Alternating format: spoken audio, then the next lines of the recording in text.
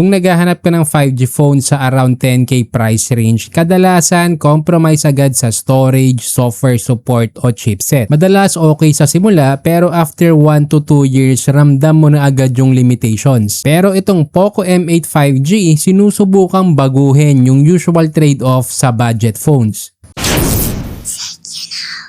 Pag nakuha mo ang Poco M8 5G sa voucher price na 10,399 pesos, dito nagiging interesting ang phone na to. Usually kasi na makukuha mo, limited ang storage, Helio chipset ang processor at limited ang software support. Ito kasi yung price segment na marami kang mapagpipilian pero karamihan short-term value lang. Kaya ang pinaka-importanting tanong dito, hindi kung maganda ba ang specs sa papel, kundi sulit ba to sa actual long-term na paggamit. Uunahan na din kita, hindi to flagship killer, hindi rin to gaming phone. Pero sa presyo niya, ang focus ay kung reliable ba siya sa daily workflow for the next few years. Unahin natin yung isa sa pinaka-importanteng advantage ng phone na to, yung software support. May 4 years OS updates at 6 years security updates. Sa 10K segment, bihira pa rin to. Totoo na may ilang Samsung models na mas mahaba ang update support. Pero kadalasan may trade-off din to tulad ng mas mababang display at chipset. Kung ikukumpara naman sa karamihan ng Transsion phones, hindi consistent ang long-term update support. Real talk kasi sa real-world use, ang software support ay hindi mo agad mapapansin sa unang buwan. Pero habang tumatagal, doon lumalabas ang value. Imagine, after 3 years, ginagamit mo pa rin ang phone at updated pa rin ang apps at system security. Kaya hindi ka agad mapipilitan mag-upgrade. Mas tumatagal ang usefulness ng device. Kaya kung practical buyer ka, ito yung klase ng feature na may long-term impact. Ito naman yung feature na talagang practical sa daily usage. May 256GB internal storage tapos expandable pa hanggang 1TB gamit ang micro SD card. Sa price range na to, maraming phones ang wala ng expandable storage. Sa real world scenario kasi, isipin mo yung photos, video, offline music, documents at apps na naiipon over time. Kaya mas flexible ang phone na to sa long-term use. Ito kasi yung feature na hindi masyadong napapansin sa spec sheets pero sobrang useful habang tumatagal ang paggamit ng device. Snapdragon 6 Gen 3 ang chipset ng Poco M8 5G na may around 600k Antutu score sa version 10. Sa 10,399 pesos price range, isa ito sa pinakamurang phone na naka-Snapdragon chipset. Kadalasan kasi sa segment na to, Helio processor ang ginagamit. Hindi naman ibig sabihin na automatic mas malakas ang Snapdragon. Pero sa stability, efficiency at compatibility sa apps, kilala itong consistent sa long-term usage. Sa daily workflow tulad ng messaging apps, social media, video streaming, navigation apps, online shopping at multitasking, predictable ang performance. Hindi ka magugulat sa sudden slowdown sa normal na paggamit. At sa ganitong presyo, malaking factor na may Snapdragon option ka. Pero syempre, wala namang perpektong smartphone. Hindi mawawala ang compromise. May pre-installed apps ang Poco M8 5G na hindi naman kailangan. Ito yung tinatawag na bloatware. Hindi ito unique sa Poco. Marami ring budget phones ang ganito. Ang good news, karamihan sa apps na to pwede mong i-uninstall o i-disable. So once na na-setup mo na yung phone at nalinis mo na yung unnecessary apps, hindi na to problema sa daily use. Pero syempre sa simula, extra step to na kailangan mong gawin. Yung Snapdragon 6 Gen 3 at around 600k score ay balance performance level, hindi gaming focus. Kaya nito ang Mobile Legends, CODM at similar games sa balance settings. Pero hindi ito para sa long heavy gaming sessions sa high graphics. Kung ganun kasi yung hanap mo, doblehin mo yung budget mo. Kasi sa presyo nito, normal lang yan. Kung gaming kasi ang priority mo, may ibang phone sa market na mas nakafocus sa performance kaysa sa software support at storage flexibility. Pagdating sa actual daily workflow, dito natin makikita kung paano nagiging useful ang M8 5G.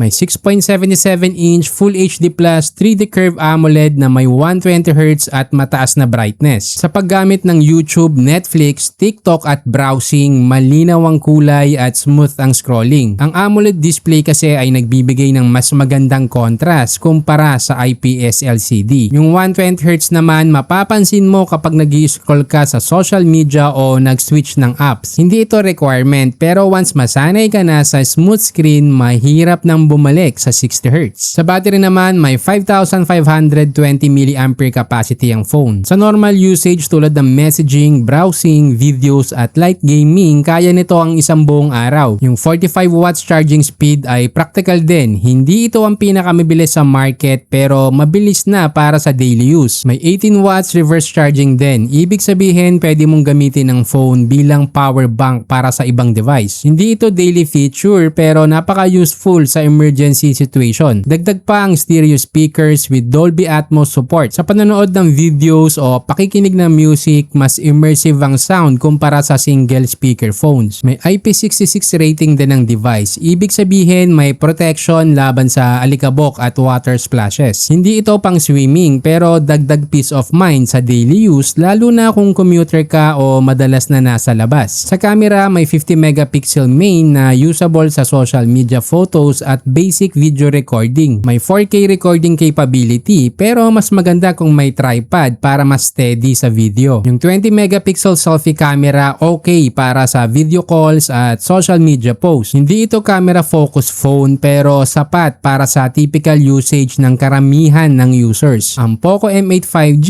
ay para sa users na gusto ng long-term phone sa budget price. Mapa estudyante, working adults o casual users na mas priority ang reliability, storage space at software support kaysa sa gaming performance. Kung ang hinahanap mo ay yung phone na magagamit mo ng ilang taon nang hindi nag-aalala sa update, storage limits, dito nagiging sulit ang device na to. Ngayon, kung gamer ka naman na priority ang high graphics performance o content creator na camera quality ang main focus, baka hindi ito ang best choice. May ibang phones na mas bagay sa ganitong use case pero syempre i-ready mo din yung budget mo. Hindi ibig sabihin mahina ang Poco M8 5G pero iba ang target niya na user. Balikan natin yung performance perspective. Sa real world usage, mas mahalaga ang stability kaysa sa raw power. Sa app switching, browsing, messaging at streaming, consistent ang experience. Hindi ito flagship speed pero hindi rin frustrating gamitin. Sa ganitong presyo, ang balance ng performance, software support at storage flexibility ang tunay na value ng device. Sa 10,399 pesos, ang M8 5G